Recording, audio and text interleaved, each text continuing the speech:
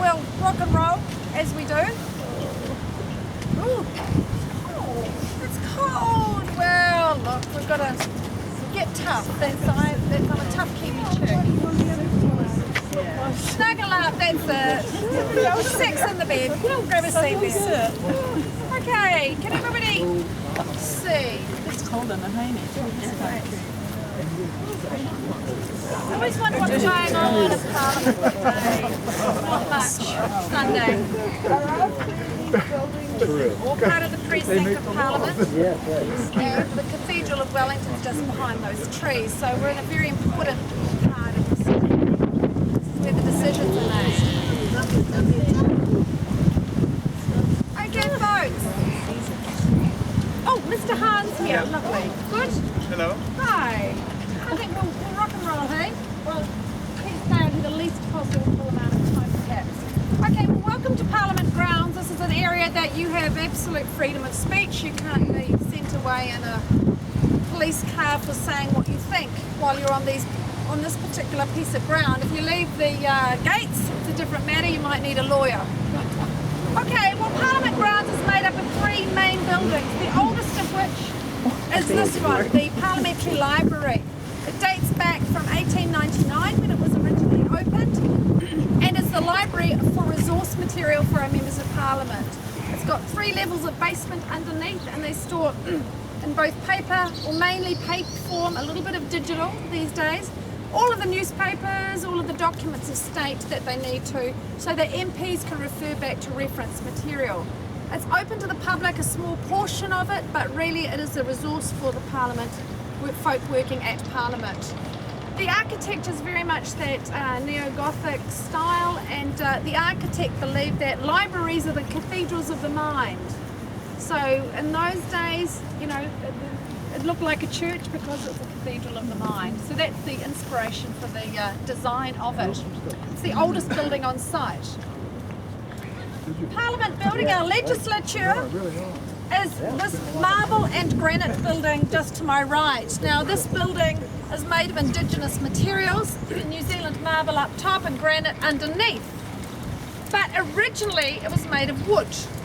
But it burnt down to the ground in 1907 and they had to rebuild. And in those days it was the beginning of, well, that was left as a hole for a long time, but it was the Great War. We had no money as a nation. We'd sent our guys to Europe to fight, so we had no money left. So we did something quite unusual. We built out of our own indigenous materials. So I'm very proud we have both granite and marble from New Zealand used in this construction, which is very rare. At that stage we didn't really have a New Zealand identity. We imported, we brought things in so that we could be a little bit of Europe, but we didn't need to be. And so this building is very special to me, that it represents the best of what we had in 1919 when it opened. So it's a very important special building.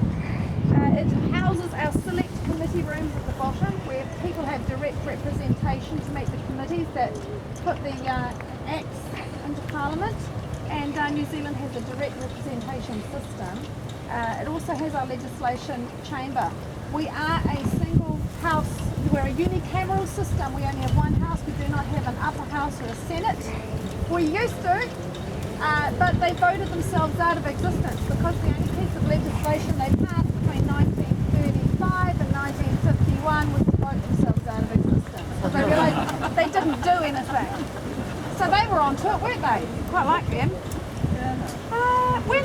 When we have an election, and we had one last November, we always have the state opening of Parliament, which is a speech from the throne, which is delivered by either the Queen if she's in town, rare, or the Governor General, whose house we looked at early on in the day. And the red carpet will be out, and the Sir Jerry Matsborough and his wife will go on the red carpet and make that speech from the throne, which is written by our governing, our new government, our incoming government.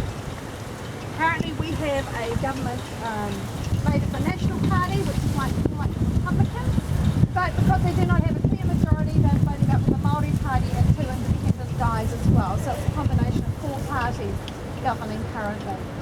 Our voting system is called mixed member proportional, MMP, and in essence we get 2 votes, one for the party and vote for the person in your electoral district.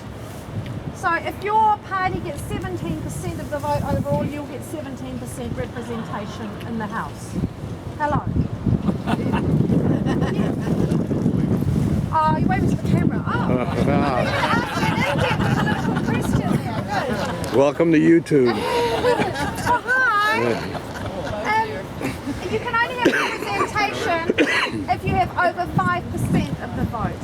Okay, so you cannot be represented under. So we've had that system since 1996. It went under referendum in our last election. Did we want to keep that same voting system? And the answer is yes, we do for the time being. So that's the way we do our voting. The building beyond, the crazy looking business. What does it look like to you? Does anyone know the name of this building? Beehive. The Beehive, full of bees, exactly. That is our executive wing and could be considered like the White House. The big difference is that the Prime Minister does not live inside. He lives a couple of blocks down the road. Okay? And it's not white. And it's not white. It's not certainly not white, but it's round. So how do we get three very distinctly different buildings? Well, in the 1960s, we had a visiting architect called Sir Basil Spence, and he was out in New Zealand visiting our government, visiting our Prime Minister, and the story is that he had dinner with our Prime Minister. They drank a bottle of whiskey. And at the end of their bottle of whiskey, our Prime Minister said, Sir Basil, we need more room in Parliament. And he turned over his linen napkin and drew a beehive, and it opened 13 years later. Now, he was a British architect. He couldn't do this in England. It wouldn't have been acceptable to put a government building and make it round. So he dumped it on us instead. As you can do when you're at the bottom of the world. So we got the round building. He drew the plans and left us to it, and our poor Ministry of Works had to work out how to construct this thing. It's a really interesting building inside. It is in the round. From a terrorism point of view, it's great because you can't go down to the left, down the corridor. It's not linear at all. Everything's in a very confusing circular style, but it is a unique building for the city. John Key, our Prime Minister, his office is on where that balcony level is. What I find really interesting is that the top's made of copper. And the plan for the architect that it was going to be that beautiful verdigris, you know, that lovely green, didn't work at Wellington, got too much wind and rain. So the verdigris didn't happen. So yeah, that's as close as we get to verdigris. But they're the three key buildings here on Parliament, and we have elections every 3 years. We have no term limits. If you're sane and you're breathing, you can still stand. We don't have mandatory voting. We have mandatory registration for voting. Yeah, but we don't. It's not like Australia where you just don't. Any questions about my, in a nutshell, New Zealand political little scene that I've just set for you?